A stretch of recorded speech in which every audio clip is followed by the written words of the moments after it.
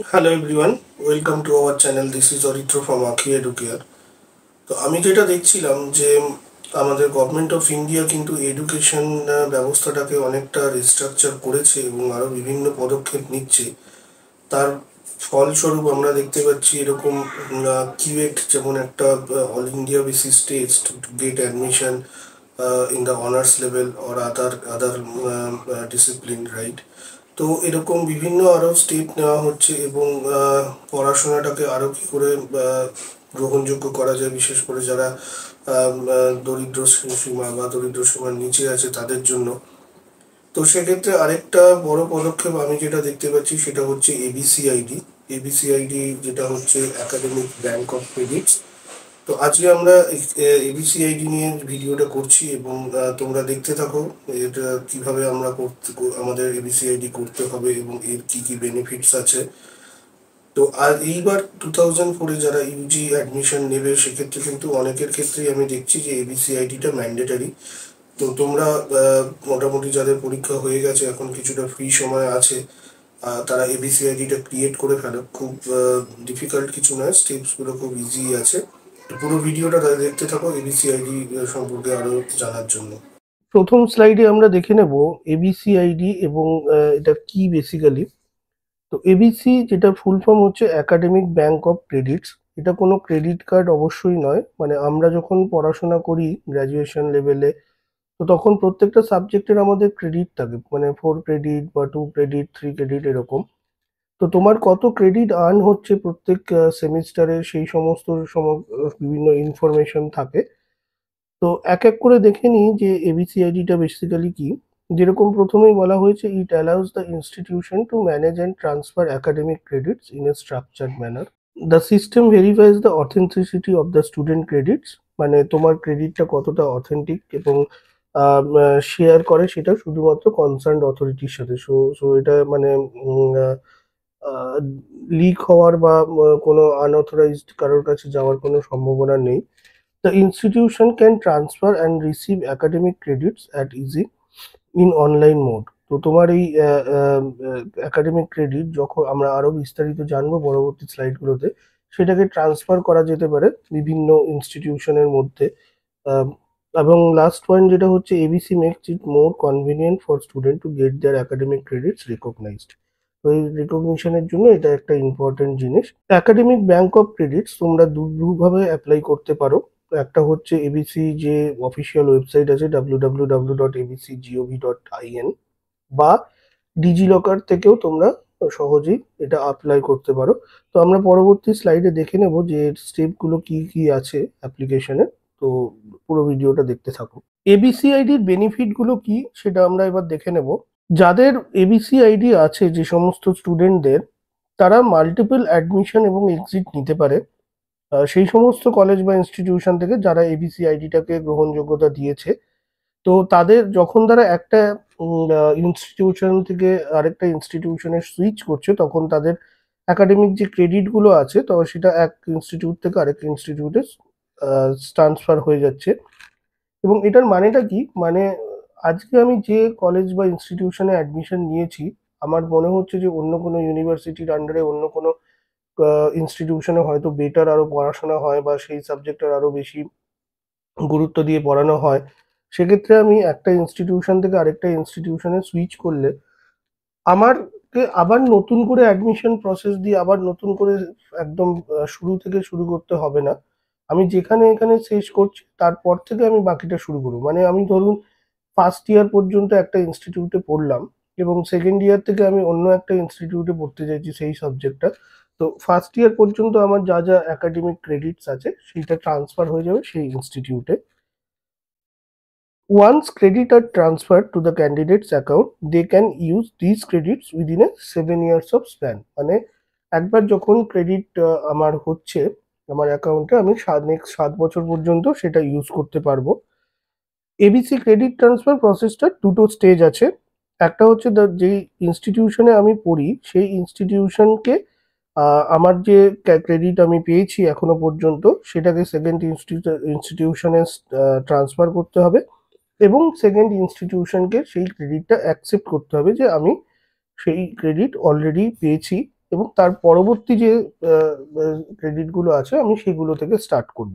যে ইনস্টিটিউশনগুলো শুধুমাত্র এই প্রসেসের মধ্যে নথিভুক্ত তারাই এই ট্রান্সফার বা রিসিভড একাডেমিক ক্রেডিট এগুলো করতে পারবে। তো এবিসি এই প্রসেসটা, এই সিস্টেমটা মানে বোথ ইনস্টিটিউশন এবং যারা স্টুডেন্ট তাদের কাছে প্রচন্ড ট্রান্সপারেন্ট, এবং এটা খুবই সেন্ট্রালাইজড ওয়েতে কন্ডাক্ট করা হয়ে থাকে। তো এগুলোই মোটামুটি হলো এবিসি আইডি, তার কি বেনিফিটস আছে।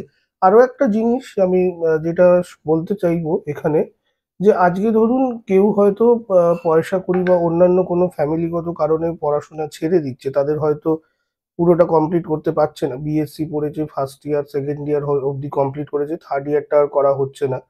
সেক্ষেত্রে সে যদি 3-4 বছর পর আবার স্টার্ট করতে চায়, তাকে নতুন করে ফার্স্ট ইয়ার থেকে স্টার্ট করতে হবে না। এই প্রসেসটা নথিভুক্ত থাকলে সে শুধুমাত্র থার্ড ইয়ারটাই তখন কমপ্লিট করে পুরো ডিগ্রিটা পেতে পারে। থার্ড ইয়ার বা ফোর্থ ইয়ার, এখন তো অনার্স 4 বছরের, তো এই মানে যে যখন ছাড়ছে তারপর থেকে বাকিটা তাকে পড়তে হবে যে ওই সময়ের মধ্যে। তো আমার মনে হয় এটা একটা সত্যি গুরুত্বপূর্ণ পদক্ষেপ গভর্নমেন্ট অফ ইন্ডিয়ার। এবং তোমরা সবাই এই এবিসিআইডিটা এনরোল করো। যারা ধরো যাদের কলেজ থেকে এখনো বলা হচ্ছে না, আমার মনে হয় তারাও এই ক্রেডিট, এই এবিসি ক্রেডিট আইডিটা ক্রিয়েট করে রাখতে পারো। তো পরবর্তী স্লাইডে আমরা দেখে নিই আর কি কি স্টেপস আছে। এই স্লাইডে আমরা দেখে নেব একাডেমিক ব্যাংক অফ ক্রেডিটস এর কি প্রসেস। তো আগের স্লাইডেও আমরা যেটা বলছিলাম যে প্রথমে হচ্ছে register yourself under ABC. Register করলে সেটা তুমি এবিসির ওয়েবসাইট থেকে করো বা ডিজিলকার থেকে করো। নেক্সট প্রসেস হচ্ছে select credit of your choice for transfer. তুমি কতটা ক্রেডিট ট্রান্সফার করতে চাইছো সেটাকে সিলেক্ট করতে হবে। ABC sends academic institution for verification and approval. তো এবিসি তখন সেইটাকে যে একাডেমিক ইনস্টিটিউশনে তুমি যেতে চাইছো তাদেরকে পাঠাবে ফর ভেরিফিকেশন এবং অ্যাপ্রুভাল। লাস্ট স্টেপ হচ্ছে যখন অ্যাপ্রুভ হয়ে যাবে, credit will be redeem for your desired course. তো তুমি যে কোর্সটা করতে চাইছো সেক্ষেত্রে তোমার সেই ক্রেডিটটা রিডিম হয়ে যাবে। এটা হলো ওভারঅল এবিসি সিস্টেম। এই স্লাইডটায় আমরা একটা ওভারঅল ওয়ার্ক ফ্লো দেখে নেব এবিসি আইডির। তো প্রথম হচ্ছে রেজিস্ট্রেশন। তো স্টুডেন্টরা ডিজিলকার থেকে বা এবিসি অফিসিয়াল ওয়েবসাইট থেকে এনরোল করতে পারে, যেটা আমি আগেও বললাম। একটা ইউনিক এবিসি আইডি অ্যালট করা হবে। যে সমস্ত একাডেমিক ইনস্টিটিউশন এই এবিসি আইডি, এই এবিসি সিস্টেমের সাথে এনরোলড আছে, তাদের সঙ্গে আইডিটা শেয়ার করা যাবে। নেক্সট হচ্ছে লগ ইন। তো স্টুডেন্টরা রেজিস্টার মোবাইল নাম্বার দিয়ে এবং ওটিপি দিয়ে আরামসেই লগ ইন করতে পারে। এবং যে ড্যাশবোর্ড থাকবে সেখানে স্টুডেন্টরা এবিসির সমস্ত ডিটেলস দেখতে পারবে।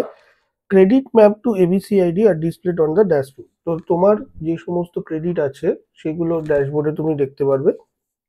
ট্রান্সফার ইনিশিয়েশন কিরম ভাবে করতে হয়, স্টুডেন্টকে সিলেক্ট করতে হবে সেই সমস্ত ক্রেডিটগুলো যেগুলো তারা ট্রান্সফার করতে চায়।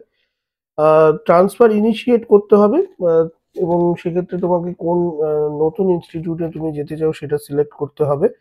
কিছু অ্যাডিশনাল ডিটেলস লাগতে পারে, সেই সমস্ত নেসেসারি অ্যাডিশনাল ডিটেলস তোমাকে ফিল আপ করতে হবে।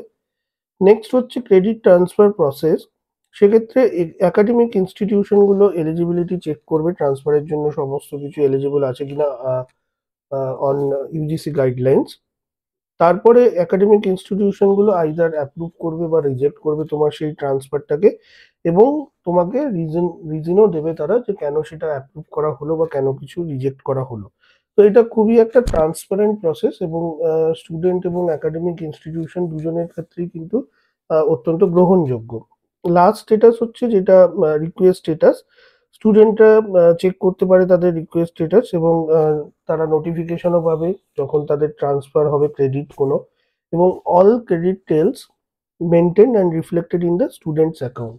যে তুমি কোনো ট্রান্সফার করেছো কিনা, তোমার কি ফার্দার ক্রেডিট আছে, সমস্ত কিছু তুমি তোমার এই ড্যাশবোর্ডে দেখতে পারবে। তো আশা করি আমি মোটামুটি বোঝাতে পারলাম। তো তোমাদের যদি আর কোনো অসুবিধা থাকে অবশ্যই আমাদেরকে লিখে জানাও, আমরা আরো চেষ্টা করব ডিটেলসে বা আরো ইজি ওয়েতে তোমাদেরকে ডেসক্রাইব করা। তো ফ্রেন্ডস, আশা করি এবিসিআইডি সম্পর্কে তোমাদের অনেক তথ্য দিতে পেরেছি। তবু আরো কিছু যদি তোমাদের ইনফরমেশন প্রয়োজন হয় আমাদের কমেন্ট বক্সে কমেন্ট করো, বা আমাদেরকে লিখে জানাতে পারো আমাদের ইমেল আইডিতে। তো আমি যেটা বলছিলাম যে এবিসি আইডিটা এখন লাস্ট ইয়ারও আমি শুনছিলাম যাদের সাথে আমার কথা হয়, যারা অ্যাডমিশন নিয়েছে কলেজে অ্যাডমিশন নেওয়ার পরে তাদের এবিসি আইডি এখন ক্রিয়েট করতে বলা হচ্ছে। এবং এইবার কিন্তু অনেক, বিশেষ করে ক্যালকাটা ইউনিভার্সিটি, সেন্ট জেভিয়ার্স, এরা কিন্তু ম্যান্ডেটারি করেছে এবিসি আইডিটাকে। সেটা তোমাদের এনরোলমেন্টের সময় বা অ্যাডমিশনের সময়ই লাগবে। এবং কিউএটেও যখন তোমরা অ্যাডমিশন নেবে থ্রু কিউএট, তখনও তোমাদের এবিসি আইডি লাগবে। ইঞ্জিনিয়ারিং কলেজগুলোতেও বিভিন্ন ক্ষেত্রে এবিসি আইডিটাকে ম্যান্ডেটারি করা হয়েছে। সুতরাং তোমরা সময় নষ্ট না করে আমি বলবো এই স্টেপগুলো ফলো করে এবিসি আইডিটাকে ক্রিয়েট করে ফেলো এখনই, যাতে পরবর্তী ক্ষেত্রে তোমাদের কোনো অসুবিধা না হয়। তো আজ এই পর্যন্তই। যদি আমাদের চ্যানেলটাকে ভালো লাগে তাহলে অবশ্যই আমাদের চ্যানেলটাকে শেয়ার করো, লাইক করো, কমেন্ট করো এবং সবাইকে বলো সাবস্ক্রাইব করতে। আজকে এই পর্যন্তই। Thank you so much and stay tuned.